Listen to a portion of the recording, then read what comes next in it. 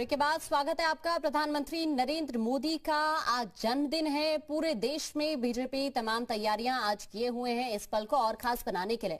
हमारे साथ लगातार राजू दास जी बने हुए हैं। राजू दास जी, अभी आपसे मैं जिक्र कर रही थी प्रधानमंत्री नरेंद्र मोदी के बारे में, कुछ महत्वपूर्ण बातें आप बोल रहे थे, लेकिन अगर उनकी बात की जाए प्रधानमंत्री के रूप में अपने दूसरे कार्यकाल के तीसरे साल में इस वक्त हैं प्रधानमंत्री नरेंद्र मोदी। कई सारे बड़े फैसले लिए गए और इसके साथ साथ भ्रष्टाचार शासन मुक्त करने की मांग भी उनकी तरफ से ही शुरू की गई थी। लेकिन सबसे ज्यादा फोकस अगर प्रधानमंत्री का हर क्षेत्र पर रहा है तो धर्म का क्षेत्र भी पीछे नहीं है।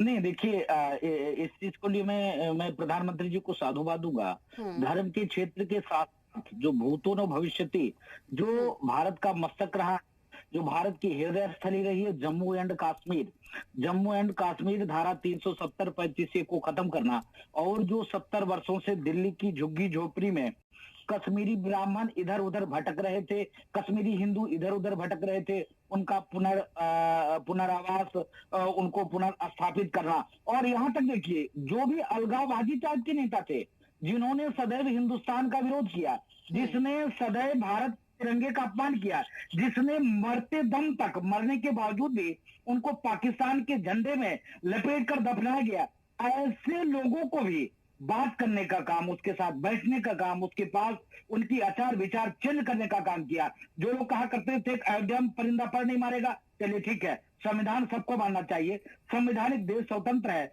हर व्यक्ति को बोलने का, कहने का अधिकार है। और देखिए, निहत्थे राम भक्तों के ऊपर गोली चलाया, यहां तक कि यह आस्था की देश है, भगवान राम की जन्मभूमि। बाबर एक विदेशी आक्रांता था, ये मैं नहीं कह रहा हूं, इसका इतिहास में वर्णन है, इतिहास में इसका तमाम गजेटियर है, उसमें लिखा पड़ी है। उसके बावजूद भी बाबर का महिमा मंडन करके, और जो आस्थावान हम लोग हैं, जो भगवान राम की संस्कृति, जो हिंदुस्तान की संस्कृति, जिसके हम अर्चक हैं, जिसके हम उपासक हैं, वो देखिए टेंट में रहते थे। ऐसे दो महत्वपूर्ण मामले, जिस चीज को लेकर राजनीतिक दल लगातार रोटियां सेकती थी, जिसको लेकर राजनीतिक दल भारतीय जनता पार्टी को चिढ़ाती थी, उसको उकसाती थी, ऐसे दो मामले, जब लोग कहते थे कि राम जन्मभूमि मंदिर का आदेश आएगा तो पूरे देश में कत्लेआम होगा, मुसलमानों को हिंदुस्तान से बाहर कर दिया जाएगा, क्या हुआ भाई? उस दिन आदेश आने के बाद किसी भी प्रकार का क्राइम नहीं हुआ, नंबर एक। नंबर दो, लोग कहते